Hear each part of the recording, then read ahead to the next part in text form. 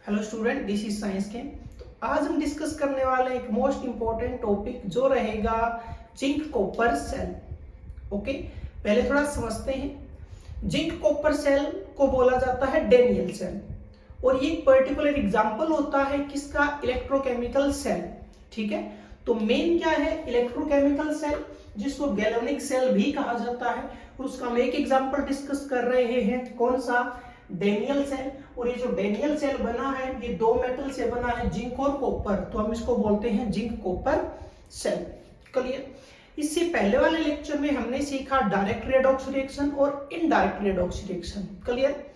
Direct का result ये आया कि दोनों ऑक्सीडेशन और रिडक्शन प्रोसेस एक ही बीकर में होते हैं, तो इलेक्ट्रॉन का जो ट्रांसफर है, ठीक है, ऑक्सीडेशन में जो इलेक्ट्रॉन रिलीज हुए और जो रिडक्शन में गेन हो रहे हैं वो को सिर्फ वो सॉल्यूशन में से ही ट्रांसफर हो रहे हैं, तो जो इलेक्ट्रॉन का मोशन है वो सिर्फ हीट दे पाता है वहां पर। क्लियर। फिर हमने इनडायरेक्ट पढ़ा कि हमें क्या करना है, उस इलेक्ट्रॉन के मोशन का यूज करना है, यानी कि उस केमिकल एनर्जी को हमें इलेक्ट्रिकल एनर्जी में कन्वर्ट करना है। तो ऑक्सीडेशन अलग करवाते हैं और रिडक्शन अलग करवाते हैं। क्लियर, ये हमने सीखा था। तो आज ये वही सेटअप है।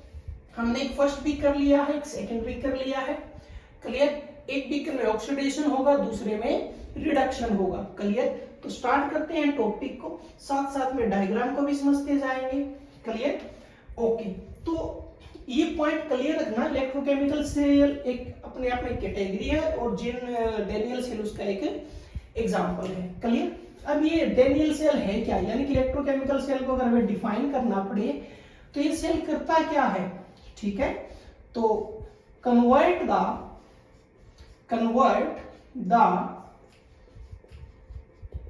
केमिकल एनर्जी इनटू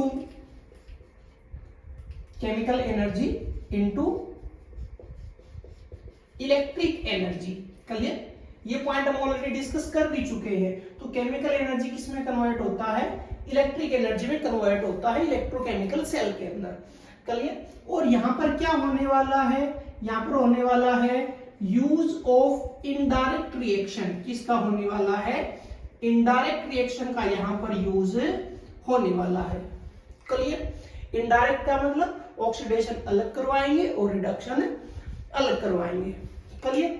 अब यहाँ पर थोड़ा डायग्राम को समझते हैं। तो डेफिनेशन क्लियर है कि सेल में केमिकल एनर्जी हो इलेक्ट्रिकल एनर्जी में कन्वर्ट होगा और इनडायरेक्ट रिएक्शन का यूज होना है। और अगर ये टॉपिक आप कर रहे हो तो इससे पहला डायरेक्ट और इनडायरेक्ट एक बार अच्छे से देखकर वीडियो, उसका नोट्स अच्छे से रिवाइज करके फिर यहाँ आइए, फिर ये समझना काफी आसान रहेगा। अब जरा देखते हैं हमने क्या किया। फर्स्ट बीकर लिया है, उसके अंदर हमने जिंक रोड यूज किया है और जिंक सल्फेट का सॉल्यूशन यूज किया है। क्लियर। सेकेंड बीकर जो राइट साइड में है उसमें कॉपर का रोड लगा है और कॉपर सल्फेट का ही सॉल्यूशन लगा है। क्लियर। ओके, दोनों को हमने अटैच किया है, ज्वाइन किया है एक वायर की हेल्प से, और बीच में लगाया है अमीटर। क्लियर। आपने अगर पहला लेक्चर देखा है तो उसमें डायरेक्ट रिएक्शन में क्या हो रहा था कि इलेक्ट्रॉन है वो सॉल्यूशन में ही फ्लो कर रही है, तो हमें इलेक्ट्रिक करंट नहीं मिल पाता। क्लियर। अब हम उस इलेक्ट्रॉन को कॉपर के पास भेजेंगे तो सही, लेकिन किस हेल्प से, एक कंडक्टर यानी कि वायर की हेल्प से हम वहां तक भेजने वाले हैं। क्लियर। अब यहाँ पे देखिए, जो जिंक रोड है वो काम करने वाला है एनोड का, और जो कॉपर रोड है वो काम करने वाला है कैथोड का।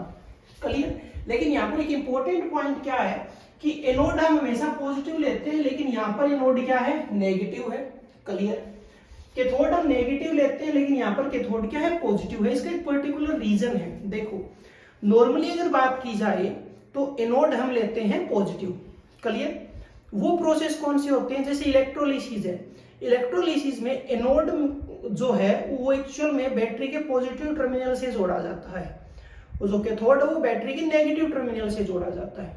क्लियर। ओके, कुछ चीजें हमेशा फिक्स ही रहती है कि एनोड पर हमेशा ऑक्सीडेशन होता है, कैथोड पर हमेशा रिडक्शन होता है। उस बात को समझने में कोई प्रॉब्लम नहीं होगी शायद आपको।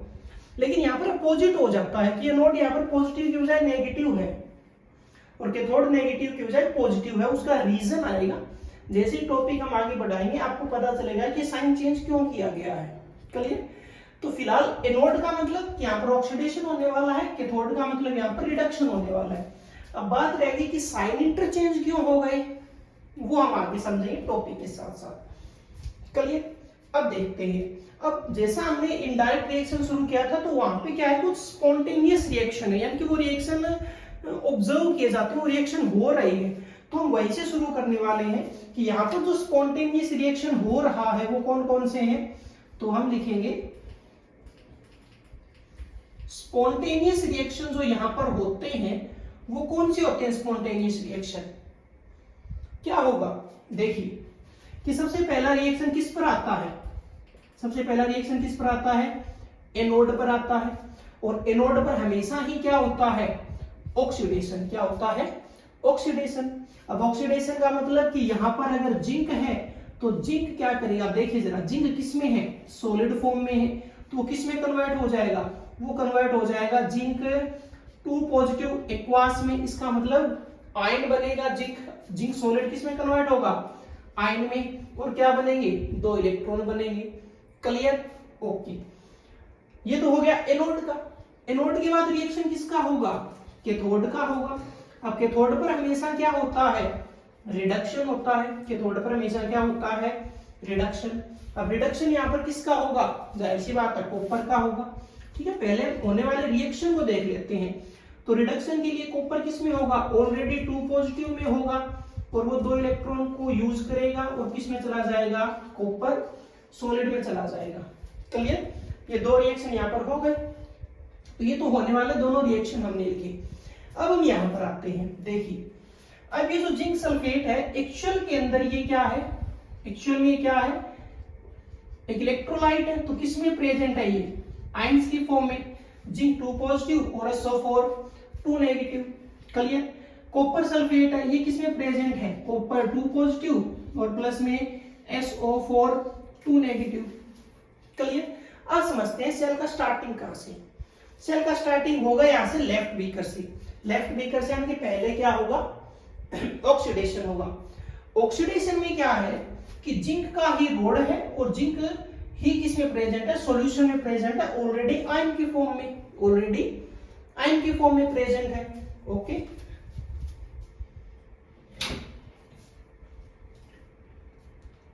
अब आगे देखते हैं। तो ऑलरेडी आयन की फॉर्म में प्रेजेंट है, यानी कि जब इनडायरेक्ट हमने पढ़ा था तो ये जिंक रोड अलग था और नीचे कौन सा था, कॉपर सल्फेट का सॉल्यूशन था। अलग अलग मेटल थे, तो वहां पे तो हमें चीजें समझ में भी आ रही थी, चेंज होता हुआ हमें नजर आ रहा था। अब यहाँ पर देखो ऊपर भी सेम मेटल है और जिंक 2 पॉजिटिव ही सॉल्यूशन में है। क्लियर, लेकिन यहाँ पर एक पॉइंट हमने क्या कर दिया कि हमने यहाँ पर एक वायर जोड़ दिया। वायर यानी कि इलेक्ट्रॉन, उस केस में अगर आप याद करोगे तो वो रोड से आगे नहीं जा पा रहे थे। क्लियर, रोड से आगे नहीं जा पा रहे थे, लेकिन यहां पर इलेक्ट्रॉन्स को एक रास्ता मिल जाएगा जाने के लिए। क्लियर, यानी कि टाइम के साथ क्या होगा कि जिंक जो है, जिंक का रोड इसमें भी रिड्यूस होगा। क्लियर, और जब इसमें जिंक का रोड रिड्यूस होगा तो सॉल्यूशन के अंदर क्या आने लगेंगे, जिंक 2 पॉजिटिव आने लगेंगे। क्लियर, अब देखो अगर आगे ये वायर ना जुड़ा होता, वायर ना जुड़ा होता तो यहां भी जिंक, सॉल्यूशन में भी जिंक, ये प्रोसेस थोड़ा सा ही चलता, क्योंकि मेटल एक जैसे हो गए, ऑक्सीडेशन होता ही नहीं ज्यादा। लेकिन अब आगे इलेक्ट्रॉन्स के लिए रास्ता है। ठीक है, तो ये 2 पॉजिटिव है, ठीक है, अंदर भी जिंक 2 पॉजिटिव है, तो दोनों इलेक्ट्रॉन सॉल्यूशन में आकर तो करेंगे क्या, तो दोनों इलेक्ट्रॉन किसकी तरफ चलने लगते हैं, जितने भी इलेक्ट्रॉन्स रिलीज होंगे वो सारे किसकी तरफ चलने लगते हैं, जिंक रोड के ऊपर। आगे उनको क्या मिलता है, वायर, यानी कि यहाँ पर इलेक्ट्रॉन्स फ्लो करने लगेंगे। क्या करने लगेंगे, इलेक्ट्रॉन फ्लो करने लगेंगे। क्लियर, अब इलेक्ट्रॉन फ्लो कर रहे हैं तो रोड के ऊपर देखो, एनोड था तो हुआ तो ऑक्सीडेशन, लेकिन अब ये जो एनोड है ये एक एक्चुअल में किसका सोर्स बन गया, ये सोर्स बन गया इलेक्ट्रॉन का, इसलिए यहाँ पे चार्ज क्या आया, नेगेटिव आया। क्लियर, ओके, यानी कि अब टाइम के साथ क्या हो रहा है, तो अब हम अगर हमारा थ्योरी लिखें तो सबसे पहले हम स्टार्ट करते हैं लेफ्ट बीकर से। ठीक है, किससे स्टार्ट करते हैं, लेफ्ट बीकर से हम शुरू करते हैं।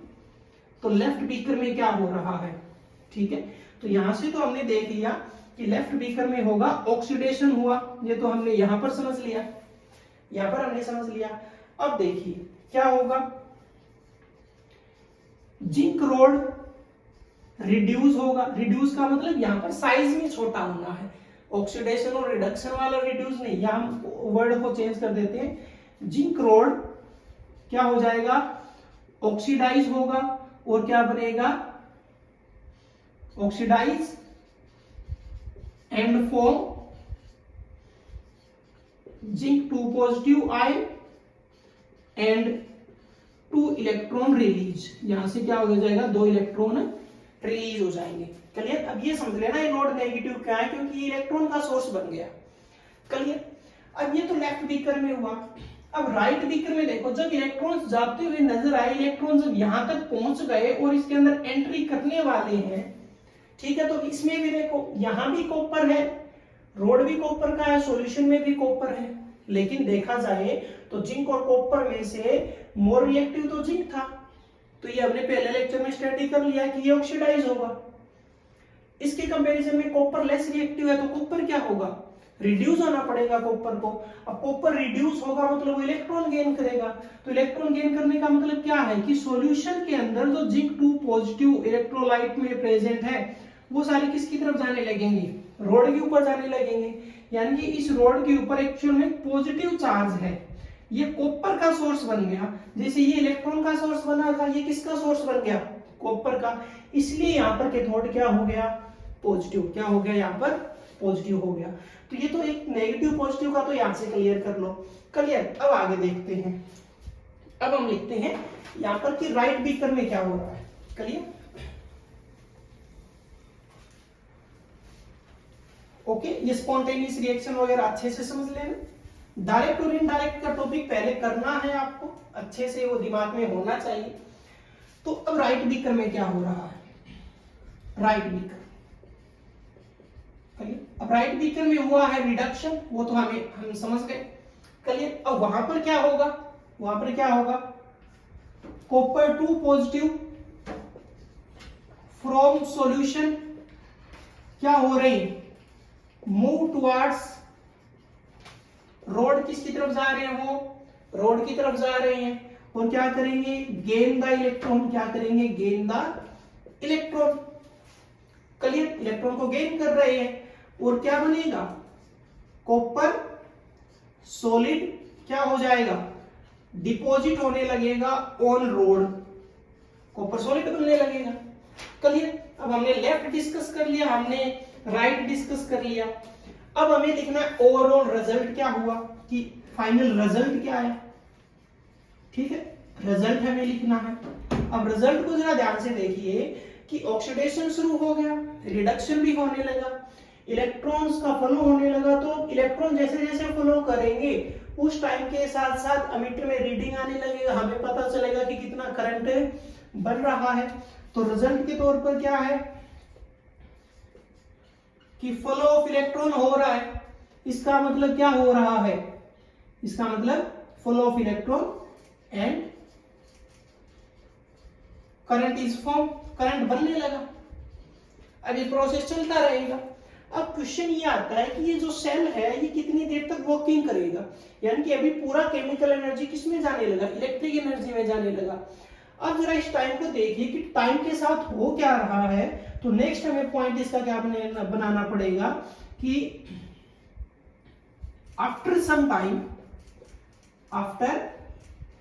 टाइम, उस टाइम के बाद क्या होगा कि अगर लेफ्ट बीकर को ध्यान से ऑब्जर्व करें तो जिंक का रोड है वो ब्रेक होता जा रहा है, जिंक 2 पॉजिटिव बनते जा रहे हैं। अब टाइम के साथ क्या होगा कि इस सॉल्यूशन के अंदर यानी कि फर्स्ट बीकर के अंदर जिंक 2 पॉजिटिव का कंसंट्रेशन इंक्रीज हो जाएगा, और जब जिंक 2 पॉजिटिव का कंसंट्रेशन इंक्रीज हो जाएगा, इंक्रीज होने का मतलब क्या कि सल्फेट तो स्टार्टिंग में जितनी है उतनी ही है, क्लियर, लेकिन कंसंट्रेशन की इसका बढ़ गया जिंक 2 पॉजिटिव का। अब प्लस बढ़ गया, माइनस क्या रह गया, कम, दोनों चीजें बैलेंस नहीं हो पाई।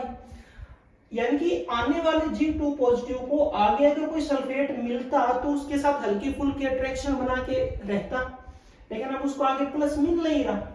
फॉर एग्जांपल मान लेते हैं कि ये 100 थे जिंक सल्फेट, तो 100 ही जिंक बनेंगे और 100 ही सल्फेट बनेंगे।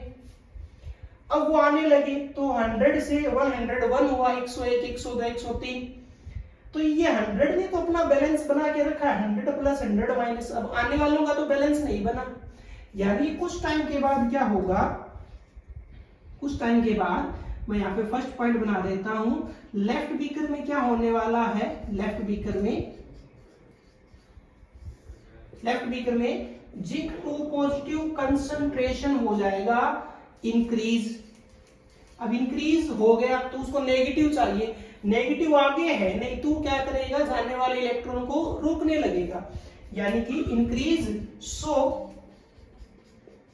अट्रैक्ट द आउटगोइंग इलेक्ट्रॉन, जाने वाले इलेक्ट्रॉन को अट्रैक्ट करेगा कि भाई मैं मेरा इलेक्ट्रॉन नहीं दूंगा क्योंकि मेरा आगे कहीं पर कोई बैलेंस ही नहीं बन रहा, आगे इसका कहीं कोई बैलेंस ही नहीं है, ठीक है, तो इलेक्ट्रॉन को जाने नहीं देगा।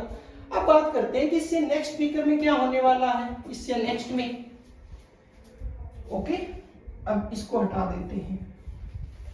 अब आगे वाले में देखो जरा, आगे वाले में 100 ये मान लो तो 100 थे, अब 100 में से कॉपर ऊपर डिपॉजिट होने लगा, अब ऊपर डिपॉजिट होने लगा तो 100 में फिर क्या होगा कि अगर ये 100 थे, ठीक है, तो 100 ही कॉपर बना, 100 ही सल्फेट बना। अब 100 में से कॉपर जाने लगे तो यहाँ पर होगा क्या, राइट में, राइट बीकर में क्या होने वाला है, किसका कंसंट्रेशन बढ़ जाएगा, कंसंट्रेशन बढ़ जाएगा सल्फेट का, तो कंसंट्रेशन ऑफ SO4 क्या हो जाएगा, इंक्रीज हो गया। क्लियर क्यों हो जाएगा, क्योंकि ये कहेगा भाई मैं तो 100 ही हूं लेकिन मेरे पास कॉपर तो नहीं है अभी, और ये सारा नुकसान किसकी वजह, कॉपर क्यों जा रहा है, क्योंकि कॉपर को आगे इलेक्ट्रॉन मिल रहा है। क्लियर, तो ये क्या करेगा, रिपेल द, क्या करेगा, रिपेल द इनकमिंग इलेक्ट्रॉन, आने वाले इलेक्ट्रॉन को ये क्या करेगा, रिपेल करेगा। क्लियर, अब ये इलेक्ट्रॉन को जाने से रोकेगा, ये इलेक्ट्रॉन को आने से रोकेगा, सिर्फ और सिर्फ किसकी वजह से कि कंसंट्रेशन बैलेंस नहीं हो रही आयंस की, यहां प्लस ज्यादा हो गया, यहां पर माइनस ज्यादा हो गया, और उस प्लस और माइनस को हमें क्या करना है, बैलेंस करना है। क्लियर, और उस प्लस और माइनस को बैलेंस करने के लिए हमें कुछ इसका हल निकालना पड़ेगा, यानी कि टाइम के साथ क्या होगा, करंट रुकेगा, ठीक है, जो करंट फ्लो कर रहा था, लेकिन जब कंसंट्रेशन बिगड़ जाएगी, कंसंट्रेशन आयंस की अनबैलेंस हो गई, उसकी वजह से क्या होगा, अब फिर एक और रिजल्ट निकलेगा। अब सेकंड रिजल्ट क्या होगा, फिर एक और रिजल्ट निकल कर आएगा, और इस रिजल्ट में क्या होगा, करंट या तो देखो स्लो डाउन होगा, ठीक है, करंट डिक्रीज हो जाएगा, तो हम क्या लिखेंगे, amount of current, amount of current क्या हो जाएगा, डिक्रीज हो जाएगा, और भी ज्यादा अगर अनबैलेंस हो गई तो क्या पता करंट रुक ही जाए। अब हमें करना है इसका हल, इसका हमें कोई सॉल्यूशन निकालना है। अब इसका सॉल्यूशन कैसे निकलेगा, इसका सॉल्यूशन निकालने के लिए क्या यूज, हमें कुछ ऐसा करना है कि यहाँ का प्लस बीजी हो जाए और यहाँ का माइनस बीजी हो जाए। तो इसके लिए हम क्या करते हैं, यहाँ पर हम एक नया पॉइंट ऐड करते हैं जिसको क्या बोला जाता है, सोल्ट ब्रिज। इसका सॉल्यूशन क्या निकलेगा, इसका सॉल्यूशन निकलेगा सोल्ट ब्रिज। क्लियर, अब सोल्ट ब्रिज क्या होता है, अब सोल्ट ब्रिज जो है वो होता है इन्वर्टेड ग्लास ट्यूब। क्या होता है, इन्वर्टेड ग्लास ट्यूब होता है, यानी कि ट्यूब होगा और यू की फॉर्म में होगा और उसको उल्टा लगाया जाता है। क्लियर, तो इन्वर्टेड ग्लास ट्यूब होता है, ठीक है, और ये सॉल्यूशन के अंदर हम पूरा डिप करेंगे। क्लियर, सॉल्यूशन के अंदर ये डिप हो जाएगा। अब इसमें क्या किया जाता है, इसमें हम फिल करेंगे इनर्ट इलेक्ट्रोलाइट। कौन सा इलेक्ट्रोलाइट है, इनर्ट। इनर्ट का मतलब जो रिएक्ट ना करे, जो रिएक्ट ना करे। अब अगर वो रिएक्ट ही नहीं करेगा तो फिल करने का फायदा क्या होगा, लेकिन इसको जरा ध्यान से समझना कि होगा तो वो इनर्ट। अब इनर्ट दो तरीके के, एक तो कि वो बिल्कुल रिएक्ट ही नहीं करता, तो इसमें ऐड करो चाहे ना करो उसका कोई फायदा ही नहीं है।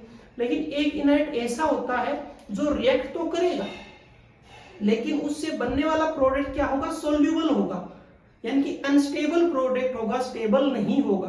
तो यहाँ पर हम जो इनर्ट इलेक्ट्रोलाइट यूज करेंगे वो अनस्टेबल प्रोडक्ट बनाएगा, यानी कि प्रोडक्ट बनेगा और वापस से घुल जाएगा, बनेगा और घुल जाएगा। ठीक है, कैसे होगा जरा देखते हैं। तो सोल्ट ब्रिज के बारे में अब हम थोड़ा सा डिस्कस करते हैं। चलिए, तो इसका सॉल्यूशन क्या आने वाला है, सोल्ट ब्रिज आने वाला है। ओके, ठीक है। तो सोल्ट ब्रिज का पहला पॉइंट क्या हो जाएगा, इन्वर्टेड यू शेप ट्यूब होता है ये, इन्वर्टेड यू शेप का ट्यूब है ये। ठीक है, तो अब लिखेंगे क्या है, इन्वर्टेड यू शेप का ट्यूब होता है ये। क्लियर। अब इसमें क्या किया जाता है, इलेक्ट्रोलाइट फिल किया जाता है। फिल द इनर्ट इलेक्ट्रोलाइट, क्या डाला जाता है इसमें, इनर्ट इलेक्ट्रोलाइट डाला जाता है। लेकिन इनर्ट इलेक्ट्रोलाइट किसके साथ डाला जाता है, एक पेस्ट बनाया जाता है। ठीक है, तो हम लिख सकते हैं fill the paste of inert electrolyte. अब पेस्ट कैसे बनाया जाएगा, पेस्ट बनाने के लिए क्या किया जाता है कि जो हमारा लिक्विड इलेक्ट्रोलाइट है, जो लिक्विड इलेक्ट्रोलाइट है उसमें डाला जाता है अगर अगर पाउडर। क्या डाला जाता है, अगर अगर पाउडर। ठीक है, अगर अगर पाउडर। ओके, ध्यान रखना इस चीज को, अगर अगर पाउडर के साथ एक पेस्ट बनाकर, ठीक है, और वो इसके अंदर फिल किया जाता है। तो इसके अंदर फिल कर दिया जाएगा एक पेस्ट। अब डिपेंड आता है कि इलेक्ट्रोलाइट कौन सा यूज किया जाता है। तो एग्जांपल के तौर पे सबसे ज्यादा यूज होता है KCl का।